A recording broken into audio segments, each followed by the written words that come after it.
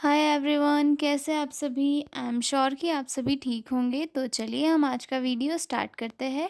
आज के वीडियो में हम डील करने वाले हैं एक 8 नंबर का बहुत ही इम्पोर्टेंट क्वेश्चन, जो कि प्रीवियस ईयर के क्वेश्चन में मेंटल हेल्थ नर्सिंग में पूछा गया है, जो है थेरापेटिक कम्युनिकेशन की टेक्निक्स। ठीक है, तो जो लोग चैनल पर नए हैं वो लोग चैनल को सब्सक्राइब कर ले, वीडियो को लाइक करें और अपने दोस्तों के साथ शेयर ज़रूर करें। तो जल्दी से चलिए वीडियो स्टार्ट करते हैं। ठीक है, तो इसके पहले वाले वीडियो में हमने फेजेस ऑफ थेरापेटिक कम्युनिकेशन देखे थे, देन उसके पहले हमने इसकी डेफिनेशंस देखी थी। ठीक है, तो थेरापेटिक कम्युनिकेशन क्या होता है। थेराप्यूटिक कम्युनिकेशन एक ऐसा purposeful face to face interaction होता है एक नर्स और पेशेंट के बीच में, जिसके थ्रू हम पेशेंट के हेल्थ को इम्प्रूव कर सके, यानी कि हमारी जो एक केयर देने की प्रोसेस होती है पेशेंट को, वैसे ही थेराप्यूटिक कम्युनिकेशन भी होता है जिसके थ्रू हम पेशेंट की हेल्थ में इम्प्रूवमेंट ला सकते हैं। ठीक है, तो चलिए स्टार्ट देखते हैं कि इसकी क्या क्या टेक्निक्स हम लोग यूज़ करते हैं। ठीक है, तो इसके लिए मैंने इसकी टेक्निक्स लिखी है। सबसे फर्स्ट है लिसनिंग, देन सेकंड है साइलेंस, देन थर्ड है रिफ्लेक्शन, फोर्थ है clarification, focusing, summarising, then offering self, then exploring, then presenting reality. ठीक है, ये सारी टेक्निक्स है थेरेपेटिक कम्युनिकेशन की। थोड़ा सा इंट्रोडक्शन देख लेते हैं, उसके बाद हम इसकी टेक्निक्स को डील करेंगे। ठीक है, therapeutic communication is a special way to talking with patient, मतलब ये एक स्पेशल वे होता है पेशेंट से बात करने का। It help build trust, understand the patient's feelings and support their mental health and healing। मतलब इसके थ्रू जो है एक ट्रस्ट बिल्ड होता है, जिससे कि पेशेंट हमारे ऊपर भरोसा करता है।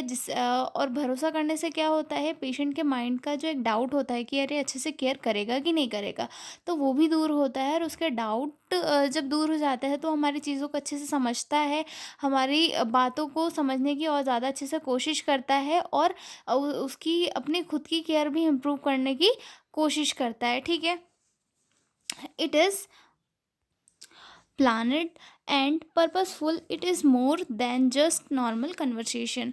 मतलब जो थेरापेटिक कम्युनिकेशन होता है ये प्लान होता है, मतलब इसका पहले से प्लान किया जाता है, और पर्पसफुल होता है, और ये जो एक नॉर्मल कन्वर्सेशन होता है उससे ज़्यादा, मतलब उससे ज़्यादा इम्पॉर्टेंट होता है। ठीक है, the nurse uses this techniques to help the patient feel safe, understood and respected. मतलब जो नर्सेज है उनके थ्रू इन टेक्निक्स का यूज़ क्यों किया जाता है, ताकि पेशेंट उनकी चीज़ों को समझ सके, उनकी फीलिंग समझ सके, और उनके जो इंस्ट्रक्शन जो वो दे रही है पेशेंट को उन्हें अच्छे से फॉलो कर सके, और पेशेंट को जो है उसके थ्रू रिस्पेक्ट फील हो, और पेशेंट अपने आप में मतलब अच्छा महसूस करके अपनी हेल्थ में इम्प्रूवमेंट ला सके। ठीक है, अगर ओवरऑल हम अगर देखें कि हम थेरापेटिक कम्युनिकेशन क्यों यूज़ करते हैं, तो थेरापेटिक कम्युनिकेशन जो है पेशेंट की हेल्थ में इम्प्रूवमेंट लाने के लिए और पेशेंट से आईपीआर मेंटेन करने के लिए थेरापेटिक कम्युनिकेशन का यूज़ किया जाता है। अब देखते हैं इनकी टेक्निक्स को डिटेल में कि किन किन टेक्निक्स को हम थेरापेटिक कम्युनिकेशन में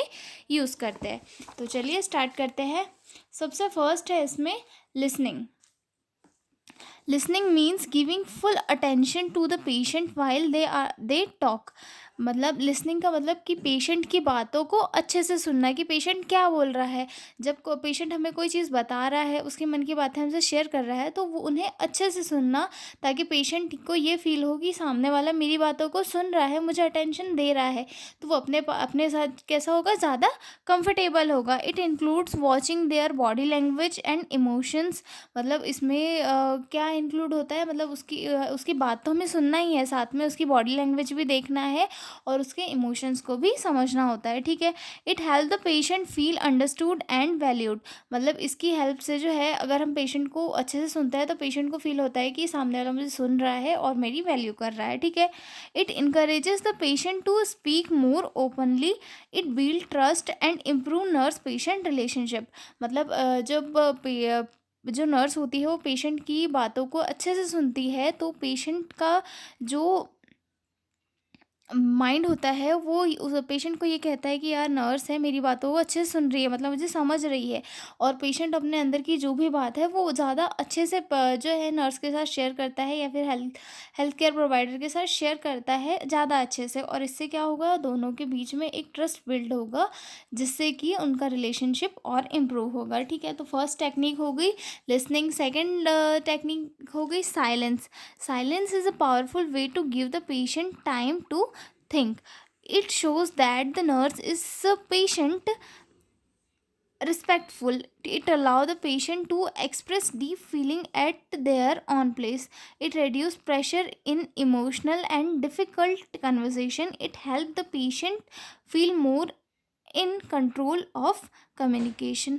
साइलेंस जो है एक पावरफुल वे होता है जिसमें कि पेशेंट को जो है टाइम मिलता है सोचने के लिए।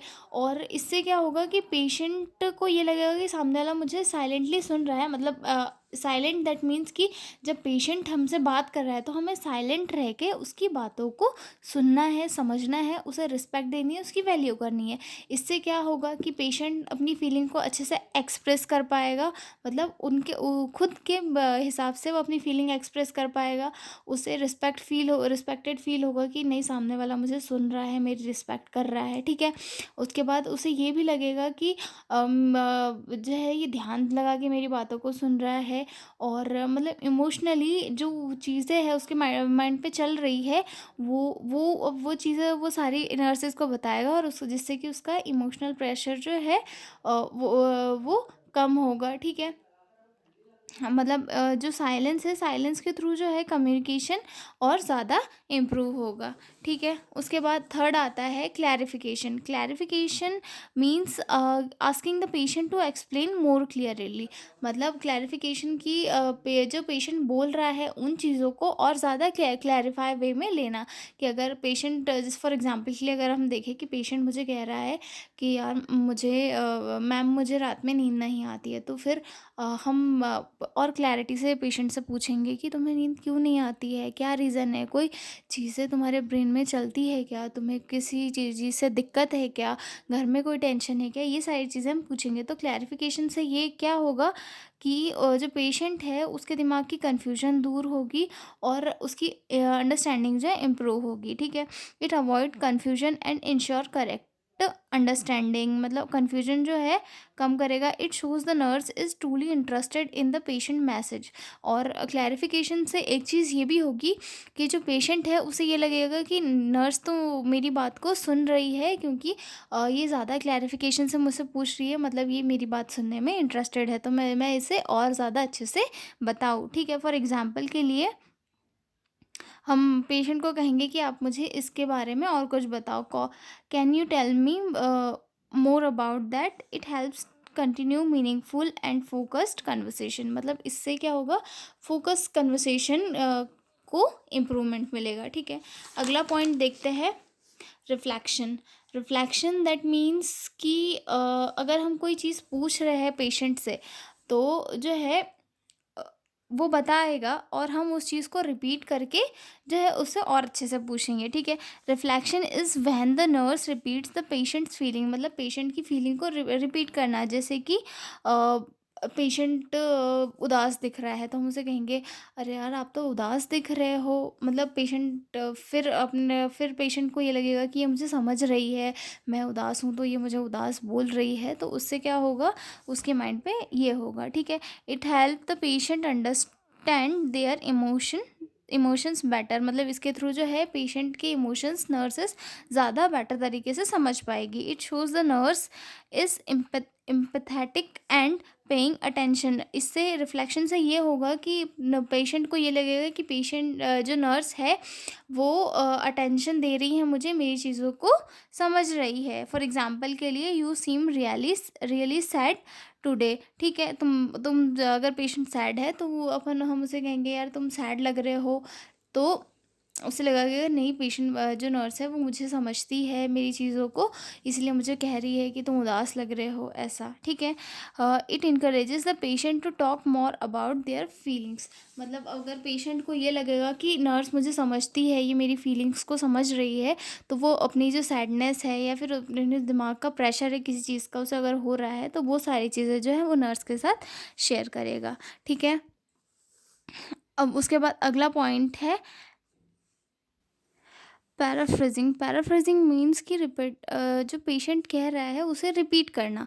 रिफ्लेक्शन में हमने क्या कहा था कि पेशेंट जैसा मतलब जो रिएक्ट कर रहा है, जैसे कि वो फिजिकल एक्टिविटी शो कर रहा है, उसे हमें बोल के बताना। और पैराफ्रेजिंग में हम लोग ये कहेंगे कि पेशेंट अगर हमें कोई चीज़ें बोल रहा है तो हमें उसे ही रिपीट करके बोलना है। जैसे कि पेशेंट कहता है कि आई कांट स्लीप, मुझे नींद नहीं आ रही है, फिर हम कहेंगे हाँ मुझे दिख रहा है कि आपको सोने में काफ़ी दिक्कत हो रही है, ठीक है, उस टाइप से। Paraphrasing means repeating what the patient said in your own words. मतलब पेशेंट जो है, जो चीज़ें हमें कह रहा है उसे हमें अपने शब्दों में पेशेंट को रिपीट करके बोलना है, ठीक है। It shows understanding and interest in the patient message. इससे क्या होगा कि पेशेंट ने हमें जो कहा उसमें उसे हम इंटरेस्ट के थ्रू पेशेंट से कहेंगे, तो पेशेंट को ये लगेगा कि वे जो नर्स है वो मेरी बात में इंटरेस्टेड है, मुझे ये मेरी परवाह करते हैं, इसीलिए मेरी बातों में जो है इंटरेस्ट ले रहे हैं, ठीक है। It helps confirm the meaning of the patient words. मतलब पेशेंट का इससे क्या होगा कि पेशेंट जो हमें मैसेज दे रहा है वो भी कंफर्म होगा कि हाँ नहीं, पेशेंट को जो है चीज़ों में दिक्कतें हो रही है, ठीक है। फॉर एग्जांपल के लिए patient says I can't sleep, nurse फिर ये कहेगी कि you are having trouble in sleeping. मतलब तुम्हें सोने में दिक्कत हो रही है, मुझे समझ में आ रहा है, ठीक है। उसके बाद अगला पॉइंट है समराइजिंग। समराइजिंग का मीनिंग ये है कि किसी जो मतलब जो बड़ी कन्वर्सेशन है उसे शॉर्ट फॉर्म में कन्वर्ट कर देना, ठीक है। Summarising means giving a short version of the conversation, help both nurse and patient to review key points. मतलब समराइजिंग से क्या होगा कि जो लॉन्ग कन्वर्सेशन है वो शॉर्ट में होगी, और शॉर्ट में होने से और ज़्यादा इफ़ेक्टिवली होगी, ठीक है। इससे पेशेंट और नर्स दोनों को फ़ायदा होगा। Shows the nurse has been listening carefully. मतलब इससे क्या होगा कि पेशेंट भी केयरफुली सुनेगा अगर स्मॉल कन्वर्सेशन होगी तो, ठीक है। Useful at the end of session. मतलब ये काफ़ी यूज़फुल होती है किसी भी सेशन के एंड में, और provide closure and clarity. Summarising से क्या होगा कि ज़्यादा क्लैरिटी मिलेगी और ज़्यादा क्लोजर होगा, ठीक है। उसके बाद अगला पॉइंट है focusing. Focusing means guiding the patient to the talk about one topic. मतलब जो पेशेंट रहता है मेंटली इल पेशेंट, वो मोस्टली टॉपिक से जंप करते रहते हैं। मतलब कभी कोई टॉपिक खोल लिया, कभी फिर उससे भाग के दूसरे टॉपिक पे चले गए, फिर तीसरे टॉपिक पे चले गए। तो हमें पेशेंट को जो है एक टॉपिक पे फोकस करना सिखाना होगा। Focusing means guiding the patient to talk about one topic. मतलब पेशेंट को इस चीज़ के बारे में गाइड करना है कि पेशेंट किसी एक टॉपिक के बारे में बात करे, ना कि बारह बारह जो है टॉपिक बदले, ठीक है। Useful when the patient jump between topics. मतलब ये फोकसिंग एक बहुत ही इंपॉर्टेंट होता है जब पेशेंट जो है बार बार अपने टॉपिक को चेंज कर रहा होता है, ठीक है। Helps make the conversation more productive. इसकी फोकसिंग से क्या फोकस करने से क्या होगा कि जो कन्वर्सेशन है वो और ज़्यादा प्रोडक्टिव होगी, ठीक है। फॉर एग्जांपल के लिए let's talk more about your sleep problem. जैसे कि इसके पहले वाले इसमें हमने देखा था कि पेशेंट ने हमें ये कहा कि मुझे नींद नहीं आ रही है, उसके बाद वो दूसरे टॉपिक पे चले गया कि आज मैंने ये खाया था। तो हमें पेशेंट को जो है एक उसी टॉपिक पे वापस लाना है कि मुझे ये बताओ आपको नींद क्यों नहीं आ रही है। इससे क्या होगा कि दोनों के बीच का जो डिस्कशन है वो क्लियर होगा, ऑर्गेनाइज्ड होगा और इफ़ेक्टिव होगा, ठीक है। उसके बाद अगला पॉइंट है ऑफरिंग सेल्फ। ऑफरिंग सेल्फ यानी कि जो पेशेंट है वो अपना टाइम सॉरी जो नर्स है वो अपना टाइम जो है पेशेंट को ऑफ़र कर रही है। इससे क्या होगा, पेशेंट को ये लगेगा कि ये जो नर्स है वो मुझे ज़्यादा इम्पोर्टेंस दे रही है, मतलब मुझे समझ रही है, ठीक है। The nurse offers time time, presence and interest. Example, I am here if you want to talk. मतलब पेशेंट, नर्स अपने आप को ऑफर कर रही है कैसे कि पेशेंट, अगर पेशेंट से हमें ये कहना है कि अगर आपको कोई बात करना हो, अब अगर आप कभी परेशान हो तो आप मुझसे बात कर सकते हो, मैं यहीं हूँ। ठीक है, इससे क्या होगा कि जो है एक नर्सेस के थ्रू एक सपोर्ट और एक केयर शो होगी, जो कि एक इफ़ेक्टिव ट्रीटमेंट के लिए इम्पॉर्टेंट होती है। Helps in building trust, make the patient feel valued. इससे क्या होगा, न पेशेंट को भी ट्रस्ट होगा नर्स के ऊपर, और इससे जो पेशेंट है उसे ये लगेगा कि यार नहीं, मेरी वैल्यू हो रही है, मेरी यहाँ पे कोई इंपॉर्टेंस है, नर्स मेरी इंपॉर्टेंस कर रही है, मैं इंपॉर्टेंट हूँ। ये सारी चीज़ें जो है एक पेशेंट को फील होगी। ठीक है, उसके बाद अगला पॉइंट है giving broad openings. Giving broad openings कैसे? Lets the patient choose want to talk about, encourage the free expressions. मतलब giving broad opening that means कि पेशेंट को ये चूज़ करने देना कि आपको किस टॉपिक पे बात करनी है, आप करिए, मैं सुनूंगी। ठीक है, इससे क्या होगा कि पेशेंट अपने जो टॉपिक है कन्वर्सेशन के वो चूज़ करेगा, पेशेंट को रिस्पेक्टेड फील होगा, पेशेंट अपने आप को जो है एक अच्छा समझने की कोशिश करेगा। ठीक है, और इसके थ्रू ही हम पेशेंट को जो है इनकरेज करेंगे कि वो अपने जो एक्सप्रेशन है वो शेयर करे। फॉर एग्जांपल के लिए हम पेशेंट से ये कहेंगे कि what would you like to talk about today. मतलब आज आप किस बारे में बात करना चाहते हो, आप बताओ आपके हिसाब से। ठीक है, इससे पेशेंट जो है अपनी पूरी फीलिंग्स जो है एक्सप्रेस कर पाएगा। ठीक है, बिल्ड्स रिस्पेक्ट एंड इंडिपेंडेंस। इससे क्या होगा कि पेशेंट को रिस्पेक्ट भी फील होगी और इंडिपेंडेंस भी फील होगी। ठीक है, reduces pressure on the patient. इससे पेशेंट का जो प्रेशर है वो भी रिड्यूस होगा। ठीक है, अगला पॉइंट जो है एक्सप्लोरिंग। एक्सप्लोरिंग दैट मीन्स कि चीज़ों को एक्सप्लोर करना। Help the patient to go deeper into thoughts और फीलिंग। इसके थ्रू जो है पेशेंट अपनी जो थॉट प्रोसेस है उसमें और ज़्यादा अच्छे से उसे और ज़्यादा से अच्छे से समझ पाएगा और फीलिंग्स को भी समझ पाएगा। ठीक है, for example, can you tell me more about that. कि अगर कोई पेशेंट है, पेशेंट किसी टॉपिक पे बात कर रहा है, जैसे कि कोई पेशेंट है वो अपने स्कूल टाइम के बारे में बात कर रहा है। ठीक है, अब वो उसके बारे में हमसे डिस्कस कर रहा है, तो हम पेशेंट से कहेंगे कि ओके, अच्छा, आप मुझे और बताओ आपके स्कूल टाइम के बारे में या फिर किसी चीज़ के बारे में। तो पेशेंट को ये लगेगा कि नहीं, सामने वाला मुझे समझ रहा है, और वो अपने माइंड को भी ये करेगा कि अ, तुम अच्छे हो और चीज़ों को याद कर सकते हो। ठीक है, encourages better understanding, useful for uncovering hidden issues, supports emotional healing. मतलब इस एक्सप्लोरिंग से क्या होगा कि जो छुपे हुए इश्यूज है जो कि पेशेंट के इम्प्रूवमेंट में दिक्कत ला रहे हैं, वो भी ठीक होंगे, और इससे जो एक इमोशनल हीलिंग प्रोसेस होती है वो भी इम्प्रूव होगी। ठीक है, उसके बाद अगला पॉइंट है प्रेजेंटिंग रियलिटी। प्रेजेंटिंग रियलिटी मतलब पेशेंट के जो फॉल्स बिलीव्स है उन्हें मतलब बहुत ही नरमता से अलग ये करना कि अगर पेशेंट ऐसा है, हमें कहता है उसे कभी हेलुसिनेशन डेल्यूजन्स हो रहे हैं, तो वो कहेगा कि यहाँ पे कोई है, तो हम उसे कहेंगे मैं आपको समझ रही हूँ लेकिन यहाँ पे कोई नहीं है, आप एक बार खुद चल के चेक करिए। तो पेशेंट वहाँ जाके चेक करेगा तो वहाँ पे कोई नहीं मिलेगा, तो पेशेंट की जो वो फॉल्स बिलीव्स है वो धीरे धीरे कम होंगी। ठीक है, helps correct false believes gently, useful in case of hallucination और डेल्यूजन्स। मतलब ये प्रेजेंटिंग रियलिटी जो है हेलुसिनेशन और डेल्यूजन्स के केस में काफ़ी इंपॉर्टेंट होती है इन्हें कम करने के लिए। फॉर एग्जांपल के लिए, I know you see someone but I don't see anyone here. मतलब मैं समझती हूँ कि आपको कोई दिख रहा है लेकिन मैं नहीं, उसे नहीं देख पा रही हूँ। ठीक है, प्रिवेंट्स री ऑफ फॉल्स आइडियाज़। मतलब इससे क्या होगा कि जो गलत आइडियाज़ है उनको भी वो भी कम होंगे धीरे धीरे। ठीक है, मेंटेन्स रिस्पेक्ट एंड सेफ्टी। इससे पेशेंट की सेफ्टी और रिस्पेक्ट भी मेंटेन होगी। ठीक है, उसके बाद अगला पॉइंट है इनकरेजिंग कंपैरिजन्स। कंपैरिजन को इंक्रीज करना। ठीक है, help patient compare past and present experience. मतलब पेशेंट को जो है पास्ट और प्रेजेंट के एक्सपीरियंस में कंपैरिजन करना सिखाना, जिससे कि पेशेंट जो है अपनी प्रॉब्लम्स का सोल्यूशन निकाल सके, अपने बिहेवियर के पैटर्न को समझ सके, और जो चीज़ें उसने पास्ट में देखी है उसे वो नई चीज़ें सीख सके। ठीक है। और इससे क्या होगा कि उसकी अवेयरनेस भी इम्प्रूव होगी। Help patient to compare past and present experience. For example के लिए, हैज़ दिस हैपन बिफोर, मतलब अगर कोई एक्टिविटी है वो कर रहा है, तो हम उससे पूछेंगे कि क्या आपने ये पहले किया है, तो पेशेंट कहेगा हाँ मैंने ये पहले किया है, मुझे बहुत पहले से आता है। तो इससे क्या होगा कि वो चीज़ें भूल चुका था वो भी सीख जाएगा। ठीक है।